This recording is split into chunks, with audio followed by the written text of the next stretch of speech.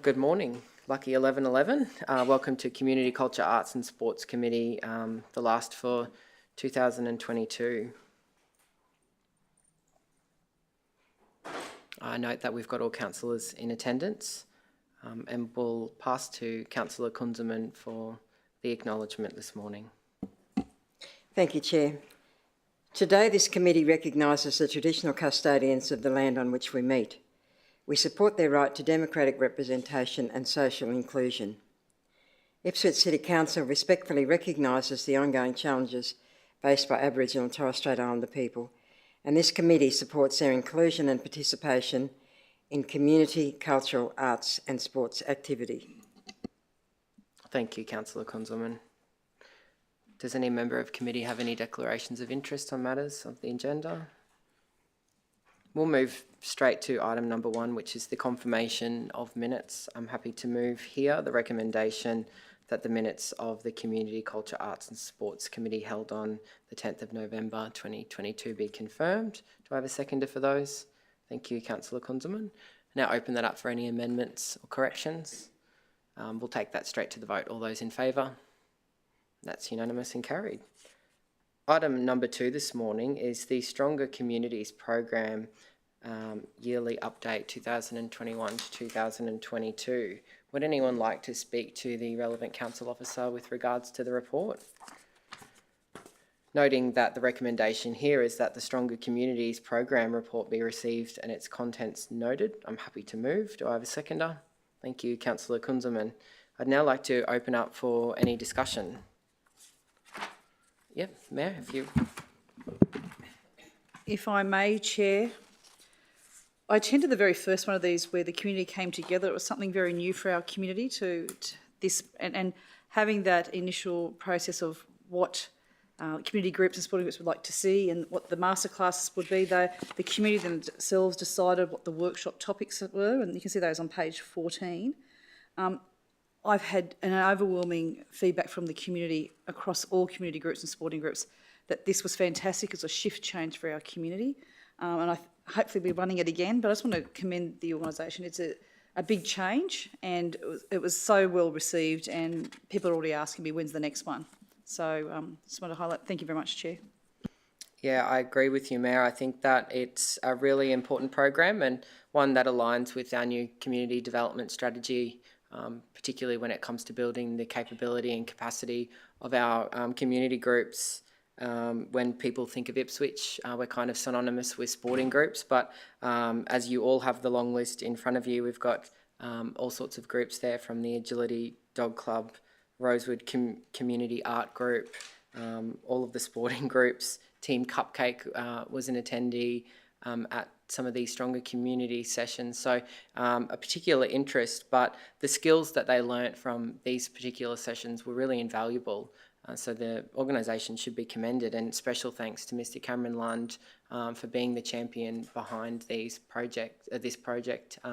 Super well received, and yeah, we've only received positive feedback from the community. So I think it's really wonderful that council provides opportunities for community groups to think about their sustainability, how they're going to last in the future. There were quite a few confronting conversations that we had to have at some of those sessions about, the ageing population of our volunteers. How do we inspire the next generation to come through? How do we manage, our financial position? How do we rewrite our constitution? Some of those things sound really boring, but they're really important to the sustainability of our community groups here in Ipswich. So a really wonderful initiative that we can all be really proud of. So yeah, many thanks to Melissa and Cam for their hard work in this program. With no further conversation, we'll take that one to the vote. All those in favour? And that's unanimous and carried. Moving on to the Customer Experience Program of Work, 30 September 2022. Does any member of committee have questions for the council officer? Yeah, we'll call Ms. Cahill to the lectern. Thank you.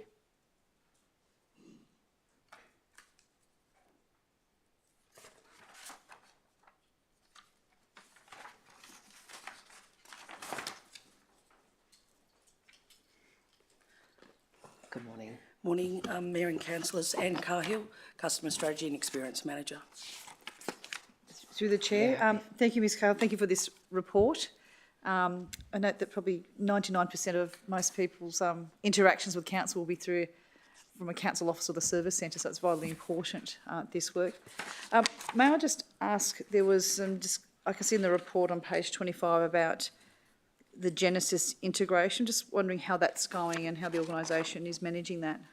Yeah, sure. So the Genesis system is what we use to receive the phone calls into council, and if we integrate that into CES, we can see information like the customer's details when they're phoning. At the moment, we're working through with Genesis on the capability of linking those things. It's capable of, but what we need to provide them. There was some discussion about postponing it because of the multiple records of individual customers, but we've made the decision to go ahead and do it before we clean the data. Okay. So we're hoping that will be done. We were planning to have it done by the end of this year, but it may take till the end of January to get it finalised. Okay. Thank you. On page 26 on the table there, does that mean like items 11, CES closure for customers, and 12, improve service request comms with customers? Does that Genesis integration need to happen before those can be done? No, those 9, 11 and 12 already started. Yep. The first thing was there's about 650 different service requests in the CES system for customers. About 150 of them already have automated closures that are sent to customers. About a month ago, feedback was attached to those for the customers to provide us feedback, and we're in the process now of negotiating with the stakeholders on the terminology and how we will close it, so every customer receives a closure, and that will happen before Christmas. It'll be live. So how far away are we from a customer rings up, there's a pothole out in the street, and we obviously send a thank you very much for lodging that. How far are we from when from a resident logs a service request to giving them that closure that, hey, that's been done now? That will be hopefully live by the end of this year. Right, okay, wonderful. Yep. So, and at that time, they will also receive the link that allows them to give the feedback. Okay. So at the moment, about the first lot that we've trialled it with 150 service requests, yes. It's been going for 4 weeks, so there's about 700 requests a week under that, and about 80 customers are giving feedback. Okay. And they're also offered an opportunity to, do they want council to contact them? And the customer service team are proactively ringing them to see what they would like, rather than waiting for them to ring back with another complaint. Okay. Thank you, Ms Carl. Thank you. Thanks. Just a couple of questions here. I know that the report is for the September period, which means that it needs to be prepared in advance. I'm aware of the committee timeframes. The IAP action status, the table in the report on table 26 has them as at 30 June 2022. So quite a few of those finish dates have lapsed. So That's when correct. we talk about the closure, the CES closure, for instance, being completed by the 30th of the 9th, now looking to be 31st of the 12th. That's correct. Is that correct? So is it at all possible to have an updated table with updated timelines circulated to the committee, just so that we can track that along, so that we're aware, as at the next report, that we should have expected at the 31st of December that CES closure would have been completed, just so that we have an understanding and continuity across the process? Yes. Yep, so an updated version of that table. Also, just want high-level feedback. On page 24, we are looking at the time frame for October, where the short feedback survey will be attached to current service requests. Yes. I want to ask you how that's going, but also provide some feedback that I've received directly as well. So how is that going? As I was just saying to the Mayor, it's currently attached to about 150 service requests, and they provide about 700 requests a week. So out of that 700, approximately 80 people are giving feedback.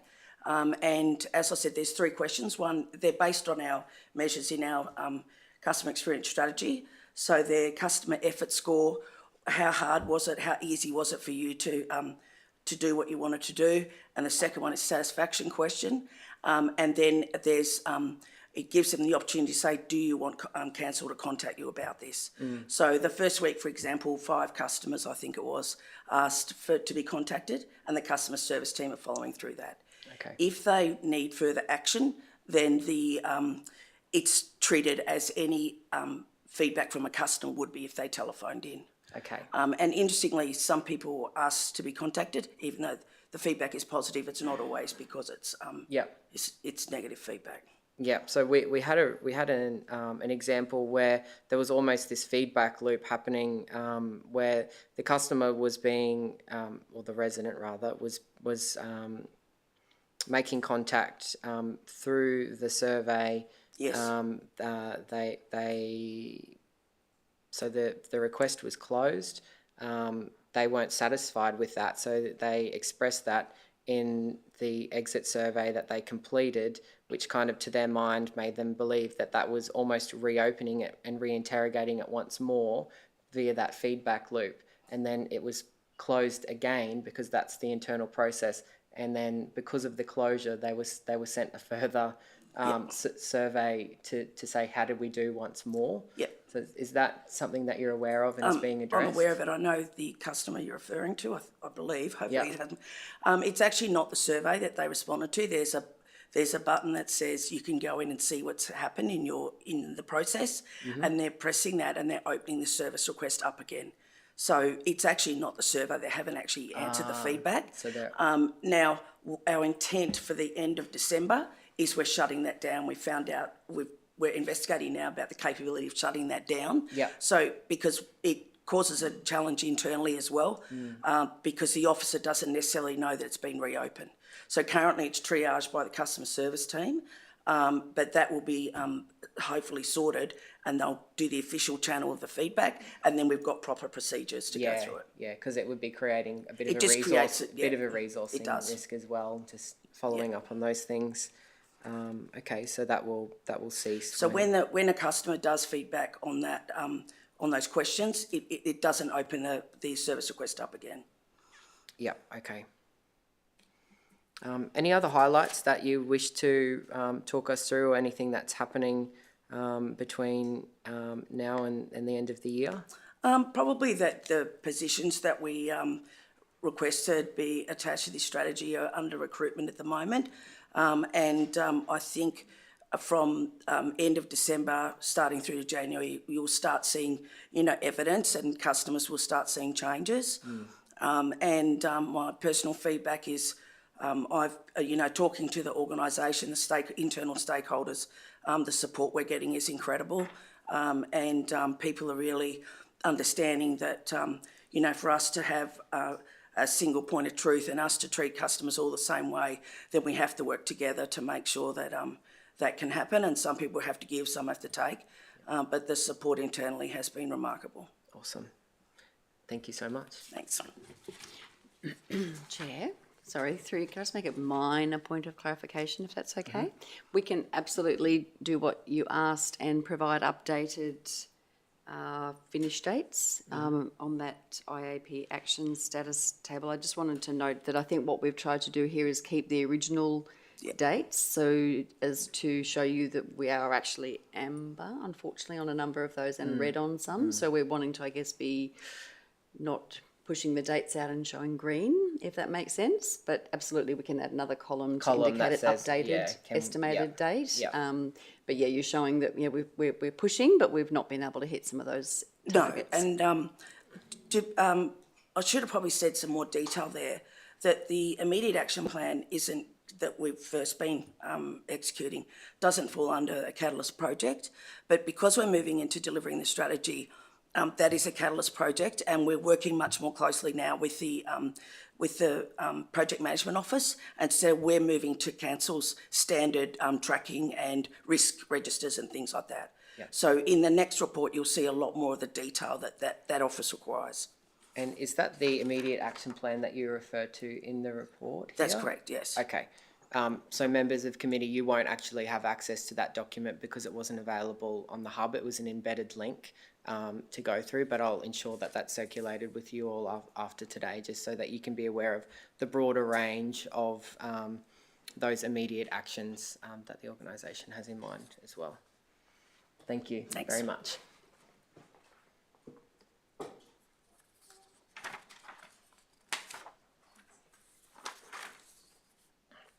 The recommendation here is that the 30 September 2022 quarterly report concerning Council's Customer Experience Program of Works be received and its contents noted. I'm happy to move that. And thank you, Councillor Kunzelman, for seconding that. We'll open that up for any discussion. Without any further discussion, we'll take that to the vote. All those in favour? That's unanimous and carried.